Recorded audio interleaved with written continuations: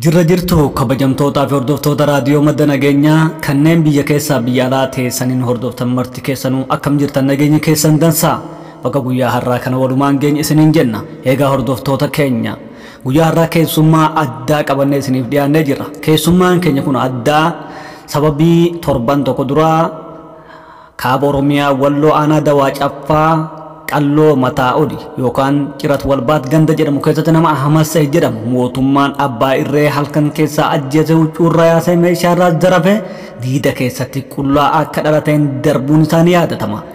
Ofumaa isaaniitii yakka suukanneessaa akkasii dalaganii loltuu waraana bilisummaa Oromoo keessaa kan ta'e Ammuyyee Hussein nama jedhamutti quba qabaniisatu ilma keessan ajjeese ragaa guutuu qabna jechuun burjaajii hedduu maatii Ahmad Said jedhuutti uumaa waan jiraniif fedhiin isaanii guddaan gosa jara kana lamaanii wali buusanii ofii tasgabbaa'anii taa'uudha yookaan haangoo dhiyeeffatudha. Kanaaf Ammuyyee Hussein dhugumaatti yakka kana dalagdee ka jedhu yookaan immoo dhuguma buleessa keenya kan ajjeeftee ka jedhu kallattiin qabannee isa dhiyaannee jirra inshaallah. Isinilleen haga dhuma sagantaa keenyaatti nu faana tura. Ammuyyeen jeebiin isaa maalii uummata sanii hodhaamsa maal qaba ka jedhu sagalee isaarraa ka dhageessan ta'a. Qindeessee kana isin biraan ga'e ana muhee callaadha. Obboleessi keenya kallattii maan jira isattiin isin dabarsa nu faana tura. Aloo salaamu alaykum wa rahmatullahi wa barakaatuh. Wa alaykum salaam wa rahmatullahi wa barakatuh. Akkam nagaa fayyaa?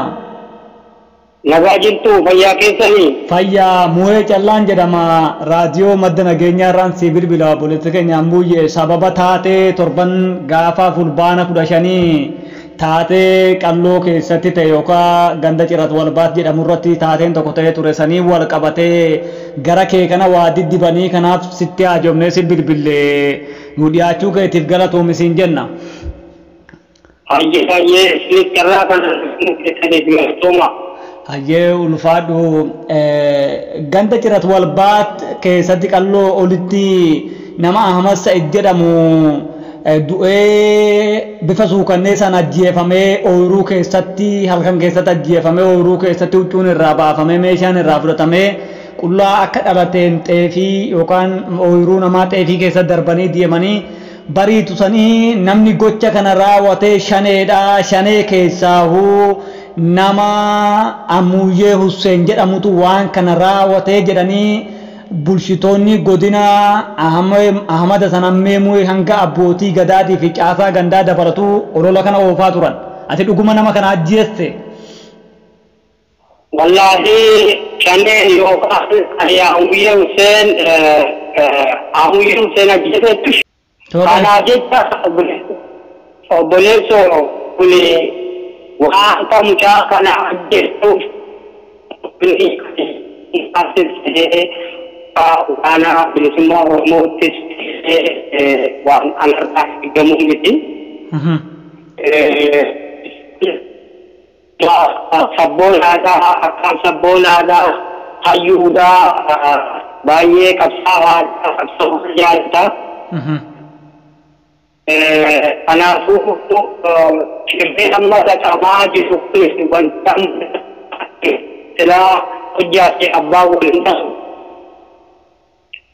Shira anarratti dalagan jechuudha. Shira anarratti dalaganii jechuudha. Yoo wanti tokko kan dalagan ta'ee naannoo kanatti shiraan jiru Ammuyyee Hussein kan jedhamu. Kana jecha shira anarratti itti yaadanii saganteessataniituma qaxanii jechuudha jaalatiidha.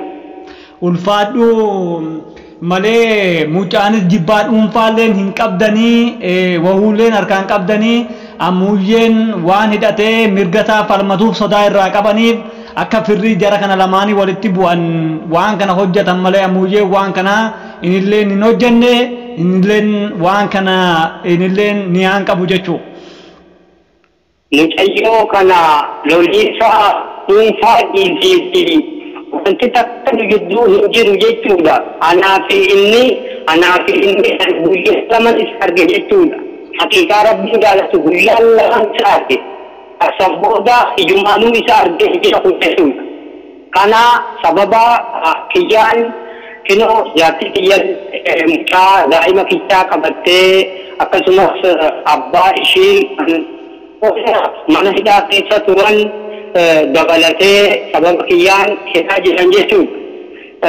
Wanti jaarsi itti hidhameen maali jennaan bilbila keetiin amuuyyeen bilbilee sagalee isaallee bilbila keetiin jira bilbila kan kee keessatti sagaleen isaa argamee hayyee jaarsi kun jechuudha eeba hidhaa bahee ani ijaanuun garreessa jechuudha. Bilbila isaa dhiisi bilbilli isaa kan baheeru maqaa biraatiin amuuyyeen kan qabatuu jiru bilbila biraa laali narratti akkaataa irratti narratti qindeessanii itti yaadanii achi fi asii walitti akkana baabbaranii akkana godhan jechuudha. Sababa kiyyaan jaarsi kun mana hidhaa jiraa jechuudha. Mobaayila saadii fi isumaahu ani ijaan argee hin beeku jechuudha. Kan ammoo akkan ani mobaayila isaa kumsuun kune tumti mana hidhaa keessa jiru kune silaa namatti himatu qabu malee sammuu isaatti beeka jechuudha. Kira akka ta'e beekni jaalati. Hayyee amuuyyee mee ati yeroo ammaa kanatti uummanni Oromoodhaa hedduu burjaajessanii jiranii amuuyyeen amma gocha kanatti gaabbee harka kennatee mana hidhaa magaalaa Kamisee keessa jiraa jedhanii gam tokkoon hawaasa burjaajessaa jiranii gam kaaniin immoo ragaa dhibbaan dhibbatti qabnaa akka amuuyyeen nama kana ajjeesee jedhanii jiranii kanaafuu mee ati warroota akkana jedhanii burjaajaan kanaan fira mucaatiinis tahee laga kaleessa magaalaa qallootti walitti qabamanii gocha san sobamaa oolasaniin maal jettaan mee ati? Ani harka kennatu miti ani waraana bilisummaa Oromooti ammas kan jiraa kaleessas bosonan jiraa har'as bosonan jiraa wanti harka na kennachiisu tokko hin jiru jechuudha. Qabsoon wareegama barbaachistii jarri kunis jechuudha. Isaan wama ummata Oromoorra gahetu gahe malee wanta ummata Oromoorraan addaa wanni isaan qaqqabe tokko jiru qabsoodha jechuudha. Qabsoon taphaa miti. Anka wareegama bu'uura amuuyyeen wanta harka kennatee mana hidhaa deemus hin jiru hin deemnes jechuudha. Waraana bilisummaa Oromoo waliin jira, danbisan jira, biyya falmachaan jira. Immoo kun duubatti wanta na deebisu tokko hin jiru jechuudha. Kanaaf miti waan fedhan yoo dalagan ta'umaahu duubatti wanta na deebisu tokko hin jiru jechuudha jaalati. Tole warroota kaleessaa magaalaa qalloo walitti qabanii olola kana oofaa oolaniinoo maal jettan? Fira haa ta'u uummata Oromoo akka fira jaraatis haa ta'u uummata Oromoo akka bal'aatti nama hedduu kaleessaa achitti walitti qabanii jecha adda addaa dubbatanii jiran. Warroota akkasitti sobomarsaniinoo maal jettan? Sagalee kee kana ulaa ulaatitti geessina waan ta'eef. Wallaahi jaalakiyyaa manni keenya caalaa bahumsan qabu wallaalaadhaa mootummaa kanatti amanaa mootummaa amma dhala namaa keessaa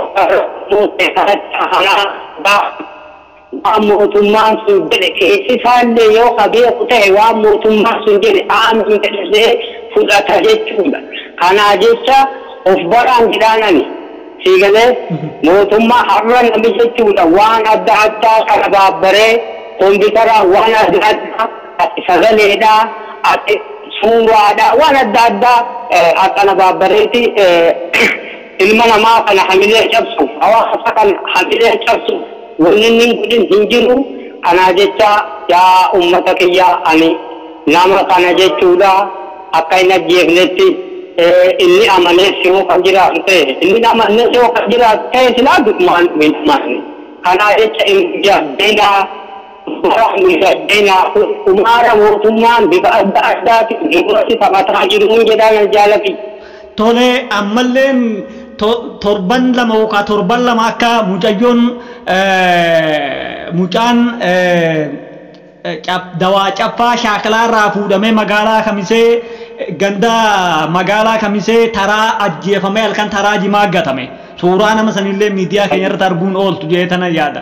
Nama sanoo eenyutu ajjeesa jettanii yaadan isin akka waraana bilisummaa Oromoo kaaba Oromiyaa keessa ossootanitti.